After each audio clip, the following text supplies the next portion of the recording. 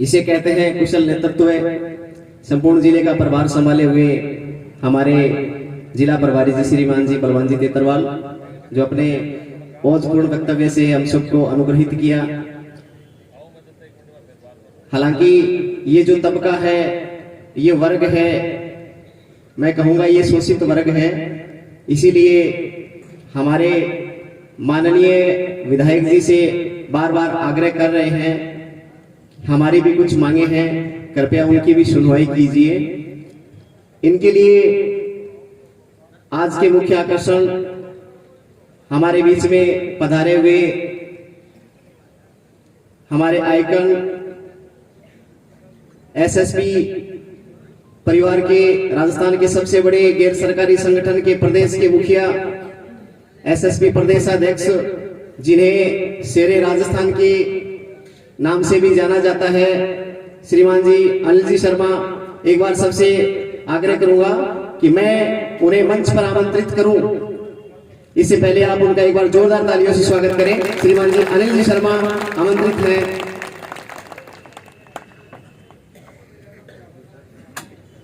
बहुत बहुत धन्यवाद। थोड़ा सा ऊंचा कर दो यार।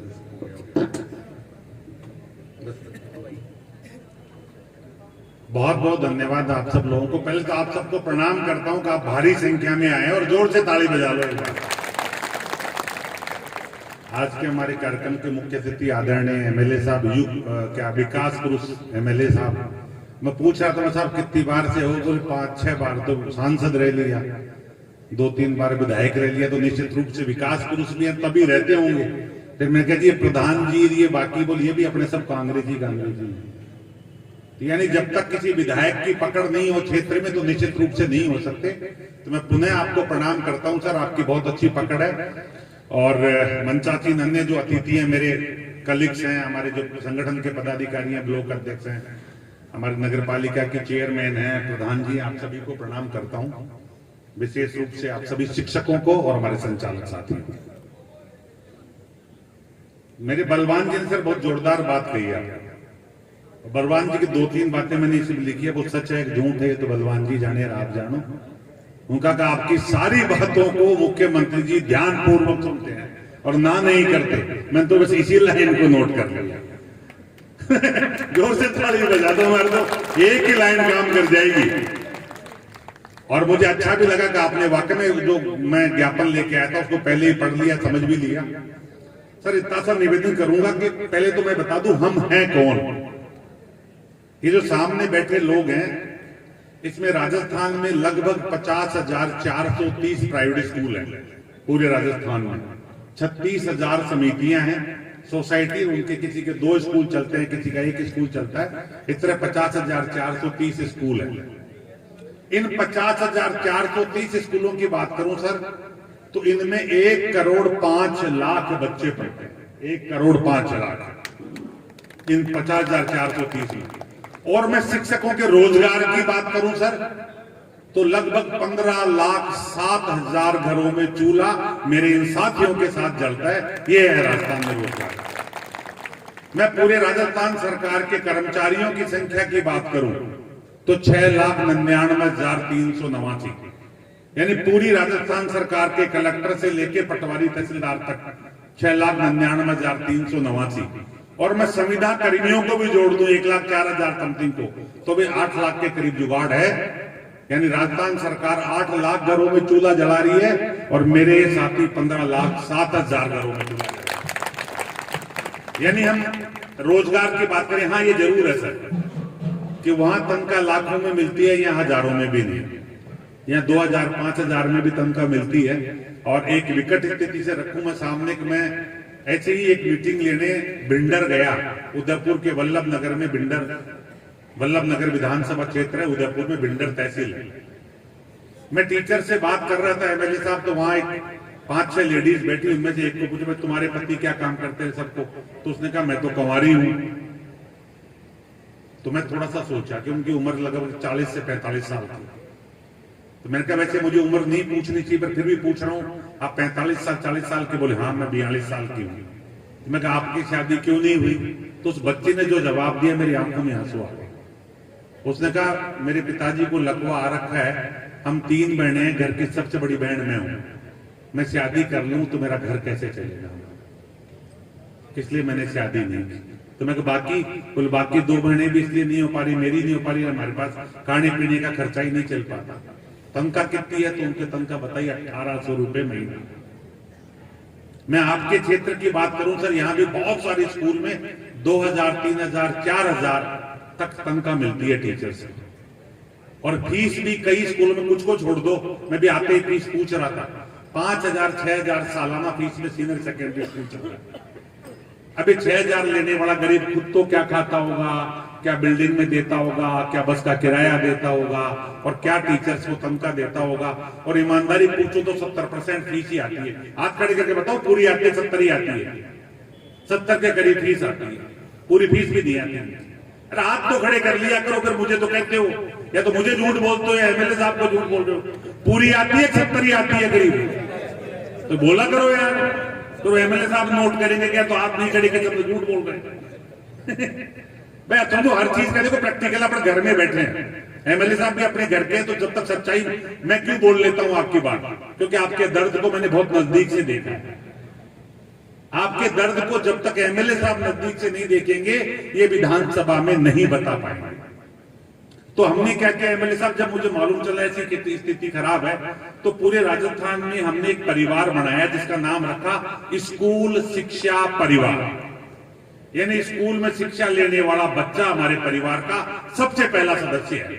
जो बच्चे हैं वो भी हमारे हैं, हमने पहला सदस्य बच्चे को माना।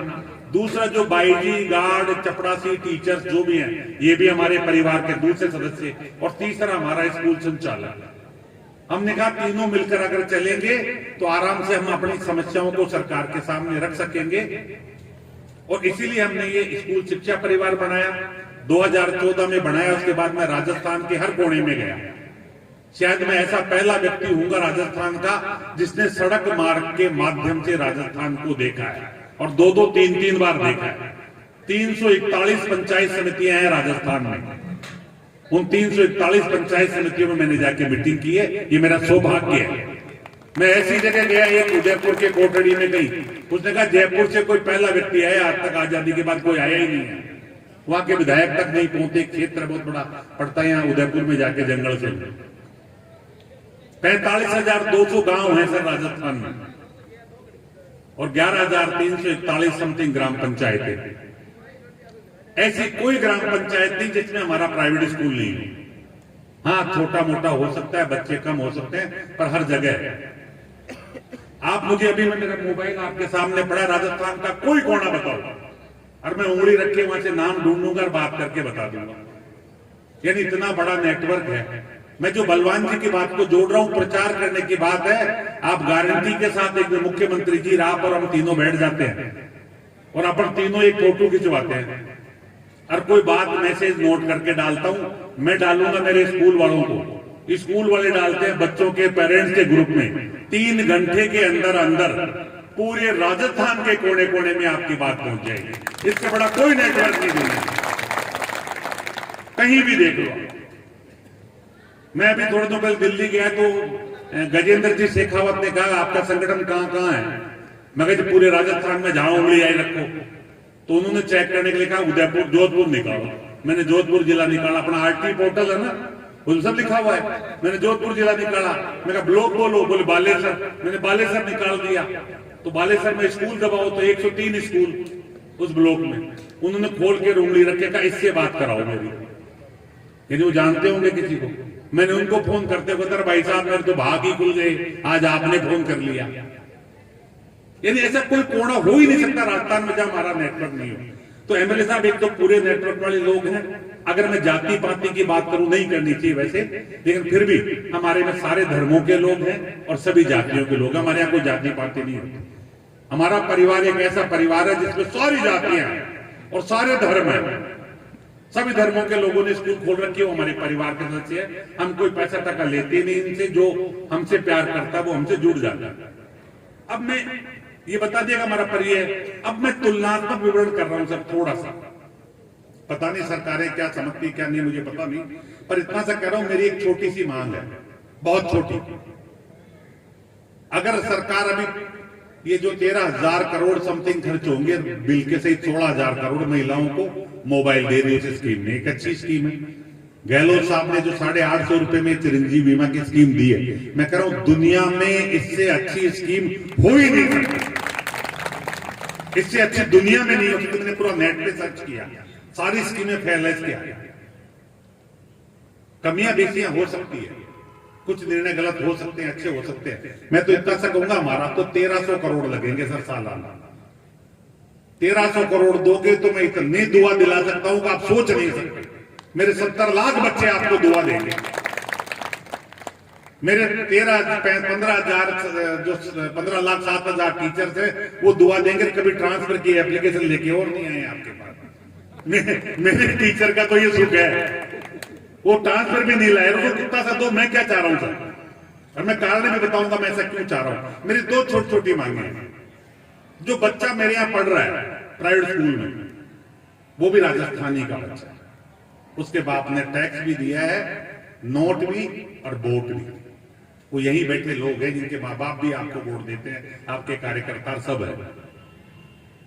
तो मेरी इतनी सी मांग है, जब वो आदमी भी राजस्थान का ही है, बच्चा भी राजस्थान का ही है, तो वो जब परीक्षा में 90% नंबर लेके आता है और 90% वाले को सरकार लैपटॉप देने की घोषणा करती है, तो बस मेरे बच्चे को भी मिल जाए, मुझे ज्यादा कुछ नहीं चाहिए।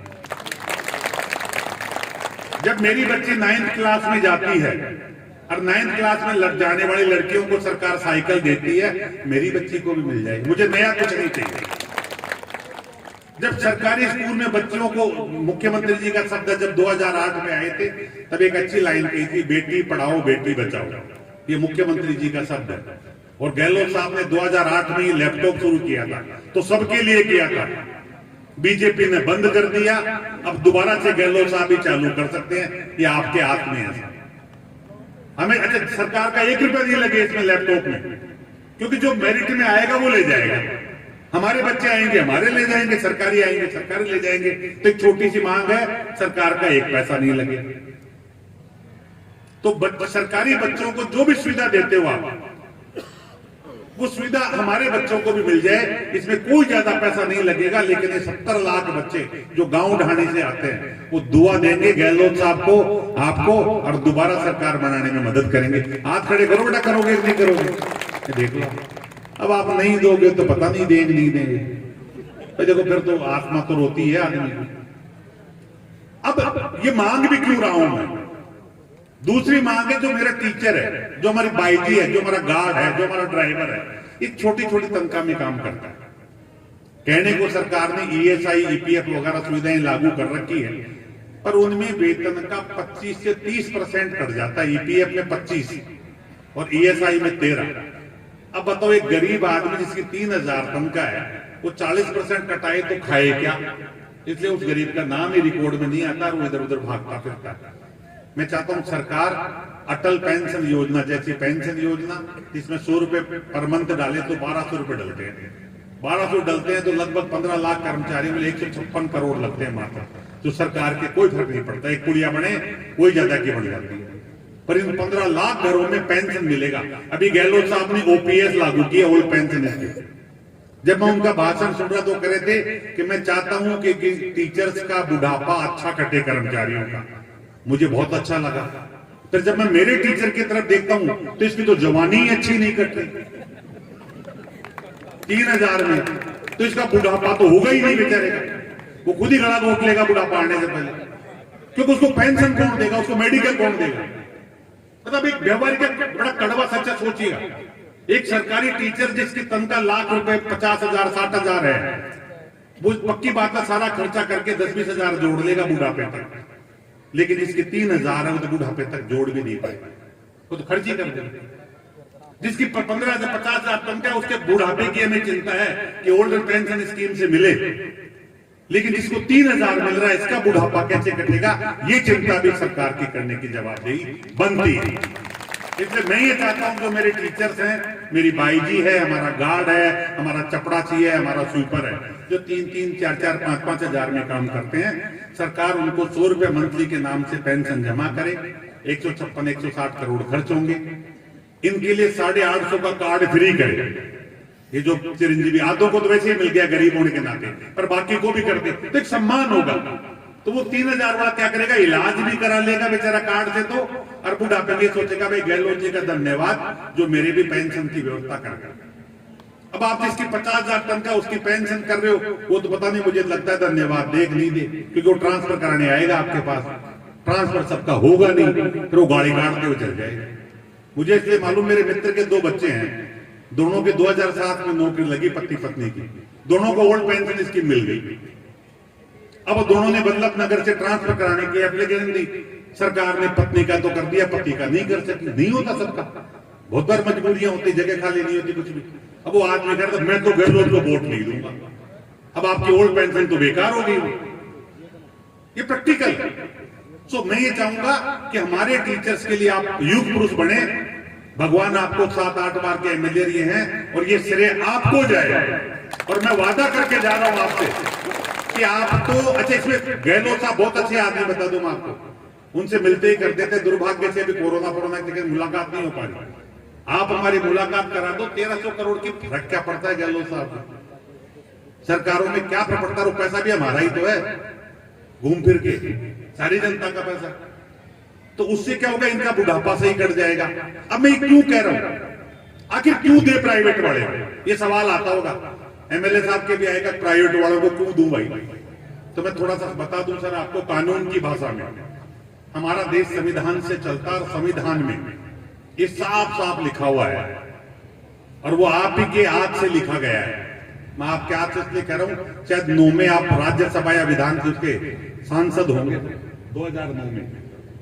2009 में कांग्रेस का जब कार्यकाल था तो आदरणीय मनमोहन सिंह जी ने सोनिया गांधी जी के नेतृत्व में एक बहुत जोरदार कानून पास किया, जो ऐतिहासिक कानून है, उसका नाम है राइट टू एजुकेशन, शिक्षा का अधिकार अधिनियम। उस शिक्षा के अधिकार अधिनियम में इतना जोरदार लिखा हुआ है कि प्रत्येक बच्चे को जो भारत में पैदा हो गया उसको गुणवत्तापूर्ण शिक्षा निःशुल्क मिलेगी और ढूंढ ढूंढ के देंगे। 3 सप्ताह निःशुल्क और अनिवार्य शिक्षा, और वह भी गुणवत्तापूर्ण। उसमें यह साफ लिखा हुआ था, उसमें यह लिखा हुआ था कि सरकार को 3 साल के दौरान ऐसी व्यवस्थाएं डेवलप करनी पड़ेगी कि बच्चे के घर के 1 किलोमीटर पे प्राइमरी और 2 पे मिडिल स्कूल हो, और सरकार ऐसा नहीं कर पाए तो बच्चा जाके थाने में मुकदमा दर्ज करा सकता है। तब संसद में बहस उठी कि साहब ऐसे तो इतने मुकदमे हो जाएंगे जिसकी हद नहीं, क्योंकि स्कूल तो है ही नहीं थे। तब ये कानून आया कि प्राइवेट स्कूलों में 25% बच्चों को आरटीई में भेज दो, तब ये कानून बना। यानी शिक्षा किसकी जिम्मेदारी, सरकार की। कैसी जिम्मेदारी, संवैधानिक। आप समझिएगा, पढ़े लिखे लोग हैं, जिम्मेदारी 2 प्रकार की होती है, एक वैधानिक, एक संवैधानिक। वैधानिक का मतलब इतना कि मेरे भाई की बेटी है, भाई गरीब है और वो शायद नहीं कर पा रहा, तो मेरा थोड़ा मन कर जाए तो कर दूं। यार संवैधानिक का मतलब है मेरी बेटी है लेकिन मैं गरीब हूं, मुझे झक मार के कर्जा लेके भी करना पड़ेगा, ये संवैधानिक है। अब आप समझ गए कि संवैधानिक का कितना बड़ा मतलब है। यानी संवैधानिक का मतलब है कि सरकार को झक मार कर चाहे कर्जा करे, चाहे डाका डाले, चाहे चोरी करे, पर उस बच्चे के पढ़ने लिखने की व्यवस्था करनी पड़ेगी। अब मैं जो कर रहा हूं, जो देखिए सर, राजस्थान में 50,430 स्कूल हमारे और 65,000 सरकारी स्कूल हमसे ज्यादा है, 65,000, और हमारे यहाँ 50,430 सरकारी। 65,000 स्कूलों में बच्चे पढ़ते हैं, 91 लाख, हमारे पढ़ते हैं 1,05,00,000। सरकारी 65,000 स्कूलों में टीचर है 4,29,324 और हमारे टीचर है 15,07,000, यानी रोजगार कई गुना ज्यादा दे रहा हूं। सरकारी स्कूल पे खर्चा आ रहा है जो देखो, जिसको हम फ्री कहते हैं, आप ताजुब में पड़ जाओगे। जिस सरकारी स्कूल को फ्री कहते हैं उस पे एक बच्चे पे 62,700 रुपए सालाना खर्च आता है, जिसको हम फ्री कहते हैं। और जो प्राइवेट स्कूल में बच्चा पढ़ता है उससे सरकार को 10 करोड़ सालाना इनकम होती है। मजे की बात लो, प्राइवेट को सरकार 1 रुपया नहीं देती, लेती है। कैसे लेती है? क्रीड़ा शुल्क लेती है कि नहीं लेती है? लेती है ना, क्रीड़ा करता है सरकारी बच्चा, शुल्क आपसे लेते हैं। परीक्षा शुल्क लेती है कि नहीं लेती है? परीक्षा देता है सरकारी बच्चा, शुल्क आपसे लेते हैं। मान्यता शुल्क लेती है कि नहीं लेती है? बालिका फाउंडेशन लेती है कि नहीं लेती है? बालिका फाउंडेशन में 18 करोड़ रुपए की, सॉरी 203 करोड़ जमा है हमारा, और उसका ब्याज आता है 18 करोड़। उससे लैपटॉप मिलता है सरकारी बच्चे को, पैसा प्राइवेट स्कूल के बच्चे का, और लैपटॉप ले रहा सरकारी बच्चा। यानी प्राइवेट स्कूल से सरकार को कहीं नुकसान नहीं, उनका फायदा है। अब पैसा कितना बचा रहे हैं देखो, 10 करोड़ तो दे रहे हैं, और सरकारी 50,000 स्कूलों पे जो खर्चा आ रहा है वो है 45,000 करोड़। 91 लाख बच्चों पे खर्चा कितना आ रहा है? 45,000 करोड़। और यहाँ 1 करोड़ 5 लाख बच्चों पे खर्चा कितना आ रहा है? 1 रुपया नहीं आ रहा, बल्कि 10 करोड़ ले रहे हैं। तो इतना सा निवेदन है सर, आपका काम था, मैं कर रहा हूं, मेरे टीचर्स कर रहे हैं, मेरे बच्चों के माँ बाप कर रहे हैं। तो हमें बस हमारे बच्चों को, हमारे टीचर्स को कुछ आप दिला दो सर, आपका जय जयकार करेंगे, खूब गुणगान गाएंगे। मैं आपसे इसलिए आशा कर रहा हूं सर कि आप सीनियर आदमी हैं, निश्चित रूप से आपकी बात को वो ध्यान से सुनेंगे, और जिस तरह बलवान जी बता रहे थे तो और भी ज्यादा सुनेंगे, तो ये थोड़ा सा भला हो जाएगा। मैं आपकी आगे से अगर हमारा भला कर देगी सरकार तो हम क्या मदद कर सकते हैं वो कह के अपनी बात विराम दूंगा। आपकी जितनी योजनाएं हैं उनके प्रचार का खुला जिम्मा लेंगे, जैसे चाहोगे वैसे खुला जिम्मा लेंगे। ये सामने खड़े हैं, जनता तक आपकी बात पहुंचाएंगे। वोट हमको भी देना है, घर तो रखेंगे नहीं इस वोट को। चुनाव आ रहा है 2023 में, 24 में, वोट तो देना ही देना है। हम तो जय जयकारा करके आपको देंगे। और ये बात मैं इसलिए भी कह रहा हूं कि कांग्रेस का घोषणा पत्र लेके आया हूं मैं। ये घोषणा पत्र लेके आया हूं मैं कांग्रेस से। इस घोषणा पत्र में आदरणीय पायलट साहब प्रदेश अध्यक्ष होते थे उन दिनों, और गहलोत साहब प्रचार कर रहे होते थे। मैं दोनों से मिला, मैंने कहा जी हमारा इतना बड़ा परिवार है, हमारी ये चीजें हैं, तो कहा कि मीटिंग करके दिखाओ। तो जयपुर में हमने 1 लाख लोगों की मीटिंग की विद्याधर के स्टेडियम में। ठीक नहीं की गए थे आप लोग? 1 लाख की, क्योंकि तत्कालीन मुख्यमंत्री वसुंधरा राजे थी, बीजेपी का राज था। उनको जब बनक लगी तो उन्होंने कहा जी मैं ही आ जाऊं। मैं कहा आप आ जाओ भाई, हमारा देखो सरकार को इसलिए पहले बुलाते हैं साहब कि सरकार तत्काल दे सकती है, आने वाला तो आएगा तब देगा, सरकार तो तत्काल दे सकती है। तो वसुंधरा जी आई नहीं, लेकिन उन्होंने अपने एक मंत्री को भेजा, भीड़ देखी, और भीड़ देखकर कहा भाई घोषणा पत्र में मैं मांगे डाल देती हूँ। तो मैं कहा जी घोषणा पत्र तो कांग्रेस में भी करेंगे। तब मैं पायलट साहब से मिला, पायलट साहब ने लिया मेरे से, समझा, समझ के कहा मेरे टोंक में मीटिंग करके दिखाओ 2 दिन में, जब जानू कि तुम्हारे कहने से तीनों आ जाते हैं। पेरेंट्स भी कहना मान लेते हैं, टीचर भी मान लेते हैं। हमने टोंक में मीटिंग की, मीटिंग बहुत अच्छी हुई। उन्होंने हरीश जी चौधरी उन दिनों कमेटी के अध्यक्ष होते थे, उनसे कहकर घोषणा पत्र में हमारी मांगे डाली। और वो मांगे बहुत सिंपल है, जो मैंने मांगी वो ये है कि हमारे बच्चों को भी पुरस्कार दिया जाएगा, हमारे टीचर्स के कल्याण की नीति बनाई जाएगी, और हमारे जो छोटे स्कूल से लघु और मध्यम दर्जे के, इनके लिए कल्याण बोर्ड बनेगा। अभी क्या किया सर, जब ये बड़ी सरकार, तो मुझे बहुत खुशी हुई, माड़ा पैराई छापा के और डोटासरा जी को लेके मैं जगह जगह चक्कर भी काटा जितना हमसे बन सकता था। और ये भी सच है सर कि हमारे साथियों को राजनीतिक दलों पे विश्वास नहीं था, इसलिए सब जगह कांग्रेस को कहते हुए भी समर्थन नहीं दिया। लेकिन मैं आपके क्षेत्र की बात करूं तो मेरी बलवान जी से, विनोद जी धानीवाल से बात हुई। उन्होंने कहा जी त्रिकोण में फंस गई हमारी सीट। अब मुझे पता नहीं चुनाव में क्या त्रिकोण था, तो मैं कह कैसे भी बात का सवाल करो और अपने एमएलए साहब को जिताओ, क्योंकि मैं जानता नहीं था, पर चूंकि हमें तो कांग्रेस को जिताना था। ऐसे करके हिम्मत की, इन्होंने गाड़ी ले लेके चक्कर काटे। ये कह रहे थे मुझे कि पेरेंट्स के हमने माथे पे हाथ धर के कसम दिलाई कि आपके बार हमारे कहने से कांग्रेस को वोट दे दो। कितना सच कह रहे हैं तो ये जाने, पर इतना जरूर जानता हूं कि मदद अच्छी हुई। और ये भी धन्यवाद दूंगा कि आपने उस बात को माना, और पिछले 4 साल में अपने लेवल पे कोई तकलीफ नहीं आती। हाँ बेटा तुम्हारा पढ़ रहा हूं, तुम्हारा लेटर पढ़ रहा हूं। ये बच्चियां हैं, इन्होंने मुझे एक पत्र दिया था, ये बोलना तो खुद ही चाहती थी, पर मैं थोड़ा बोल देता हूं। बैठ जाओ बेटा, थैंक यू बेटा। इन बच्चियों ने लिखा है कि जैसे हमने भी चुनाव में आपको वोट दिया था साहब, और हम बच्चियां हैं। इनमें 2 लाइन की गजब लिखी इन बच्चियों ने, जो मैं भी नहीं सोच सकता। इन्होंने कहा सरकार ने एक राजश्री योजना चलाई है। उस राजश्री योजना में बच्ची जब सरकारी स्कूल में एडमिशन लेती है तो उसको 3,000 मिलते हैं, लेकिन प्राइवेट में लेती है तो नहीं मिलता। फिर वो 5वीं क्लास में आती है तो फिर 3,000 देती है सरकार, प्राइवेट में 5वीं में आती है तो नहीं मिलता। वो 8th पास करती है तो फिर 3,000, इस तरह करते करते लगभग 12-15 हजार सरकार उसके खाते में जमा कराती है लड़कियों में। अभी लड़कियों का दर्द दूसरा है, ये कह रहा हमारी बहनें हैं, उनके जमाओं में कोई ऐतराज नहीं है, पर इससे हमारा बहुत नुकसान हो रहा है। बेटा तुम्हारा क्या नुकसान हो रहा है?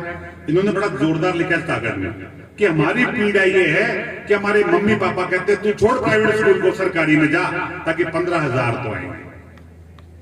तो मैं चल जाओ, क्या फर्क पड़ता, फीस और बचेगी।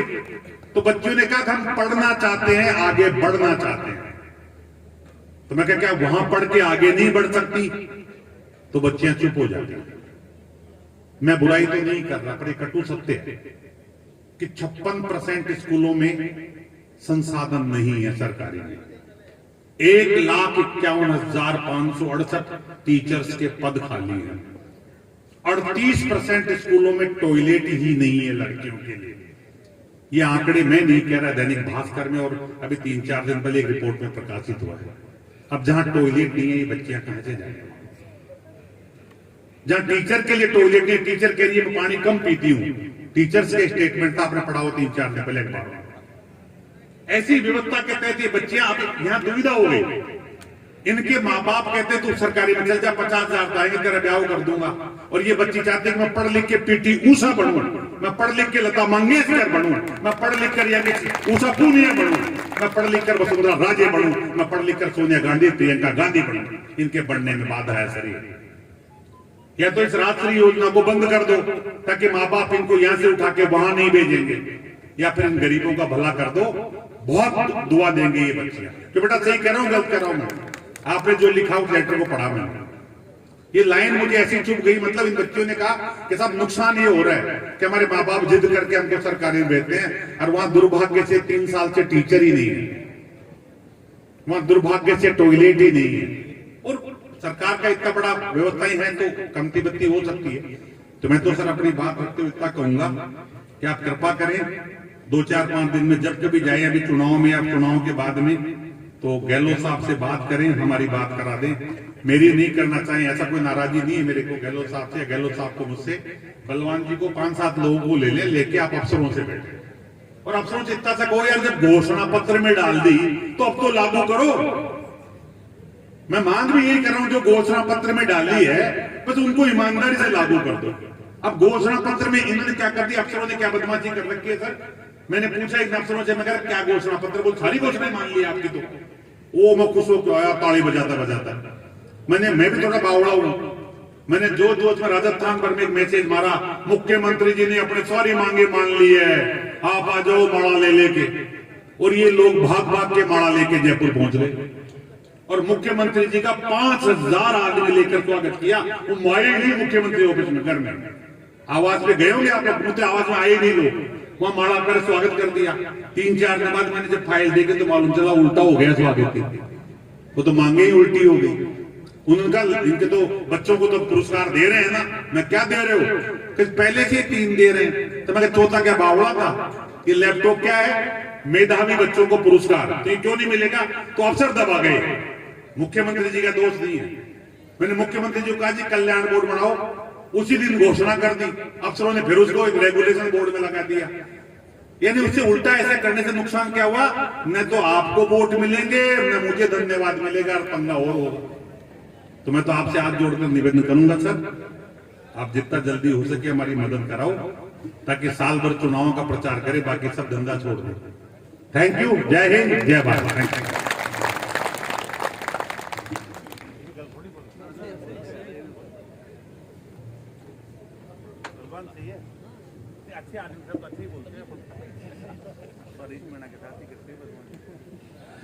बहुत बहुत धन्यवाद अनिल जी। आज के इस गरिमामय कार्यक्रम में आपके द्वारा उद्बोधन है वो निश्चित रूप से हमें प्रेरित तो करेगा ही, और आप एक प्रेरणा पुंज की तरह हैं। आपके नेतृत्व क्षमता में निजी स्कूल संगठन है वो सभी दिन प्रतिदिन है वो बहुत अच्छी प्रगति कर रहे हैं।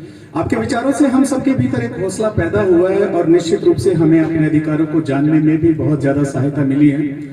और मैंने देखा है कभी कभी बहुत बार जब आपके विचारों को सुनते हैं तो सोई हुई चेतना है वो जाग उठती है। और सबसे खूबसूरत बात तो ये कि किसी ने कहा है कि जब से चला हूं मंजिल पर मेरी नजर है, आंखों ने कभी मील का पत्थर नहीं देखा और ये फूल मुझे विरासत में नहीं मिले, तुमने कभी मेरा कांटों भरा बिस्तर नहीं देखा। तो जैसे जैसे चलते हैं, धीरे धीरे चलते हैं, रास्ते खुद ब खुद है वो बनते चले जाते हैं।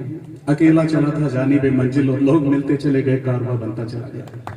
ये कारवां ही नजर आ रहा है और इसके पीछे नेतृत्व क्षमता है वो मेरे सभी विद्वान और विदुषी शिक्षक और शिक्षिकाओं की रही, और उससे भी बड़ी नेतृत्व क्षमता है वो हमारे शक्तिधर जी प्रजापति हैं जो कि हमारे अध्यक्ष हैं, और श्री बलवान जी तेतरवाल, उनकी नेतृत्व क्षमता बड़ी प्रखर क्षमता रही है। और मंचासीन मेरे जितने भी अतिथि गण हैं उन्होंने हम सबको प्रेरित किया, समय समय पर संभाला है, जहां कहीं हम टूटे हमें हौसला दिया, और उस हौसले के साथ उन्होंने कहा कि चिंता न करो हम तुम्हारे साथ हैं। और शायद उस साथ ने और उस सानिध्य ने और उस आशीर्वचन ने हमें आगे बढ़ने को प्रेरित किया है।